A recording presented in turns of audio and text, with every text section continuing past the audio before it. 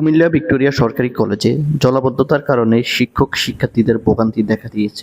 শ্রেণীকক্ষে জমে থাকা পানির মধ্যে পা ডুবিয়ে পরীক্ষা দিতে হয়েছে অনার্স চতুর্থ বর্ষের শিক্ষার্থীদের। বৃহস্পতিবার নগরীর ধর্মপুর কলেজের ডিগ্রি শাখা ক্যাম্পাসে এমন চিত্র দেখা গেছে। দেখা যায় শ্রেণীকক্ষের ভিতরে জমে আছে পানি। এর মধ্যে বেঞ্চে বসে পরীক্ষা দিচ্ছেন শিক্ষার্থীরা। কারো পা ডুবে আছে পানিতে, আবার কেউ বেঞ্চে পা তুলে দিচ্ছেন পরীক্ষা। এর মধ্যে পানিতে পা ডুবিয়ে পরীক্ষা নিচ্ছেন শিক্ষকরা। এছাড়াও জলাবদ্ধতার কারণে কয়েকটি ভবনের নিমজ্জিত শ্রেণীকক্ষ তলিয়ে গেছে পানিতে। এমন পরিস্থিতিতে প্রশ্ন উঠেছে, শিক্ষা প্রতিষ্ঠানের ন্যূনতম পরিবেশ নিশ্চিতের দায়িত্ব কার?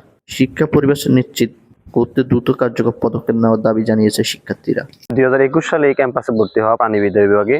এখানে আসার পরে আমরা বিশেষ করে এই সিজনটাতেই দেখি জলাবদ্ধতা পানি এসে সৃষ্টি হয়। বিশেষ করে যে অশোকতলা অঞ্চল আর ঠাকুরপাড়া অঞ্চলের পুরো পানির প্রবাহটা তারা এইদিকে ঢেলে দেয়। এদিকে একটা ওয়াল করা ছিল, তারা অনেকটা জোরপূর্বকভাবে এই ওয়ালটা ভেঙে দিয়ে ওই অঞ্চলের পানিটাও এখানে মানে ঢুকতে দেওয়া হয়। তো এখানে যে এরিয়াটা আছে, শুধু এখানে পানিটা যদি এখানে থাকতে হয় তবে একটা নিরসনের ব্যবস্থা হইতো। পাশাপাশি অন্যান্য অঞ্চলে পানিটা এখানে আসার কারণে এখানে পানির চাপটা বেশি থাকে, আর পানির জলাবদ্ধতার কারণে আপনার ডেঙ্গুর সৃষ্টি হয়। ডেঙ্গু কিন্তু একদম মৃত্যু পর্যন্ত নিয়ে যায়। ভিক্টোরিয়া কলেজে সর্বপ্রথমে এই পানির অনেক সমস্যা। এখানে থেকেও বেশি পানি হয়েছে হল রুমে, কক্ষ রুমে সর্বোচ্চ পানি।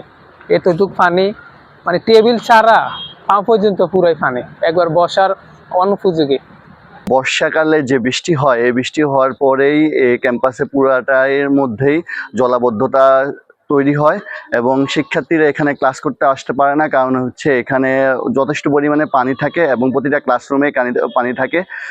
শিক্ষকরা এখানে পানিতেই ক্লাস নিতে আসে এবং কিছু কিছু শিক্ষার্থী এখানে পানিতেই ক্লাসে উপস্থিত হয়।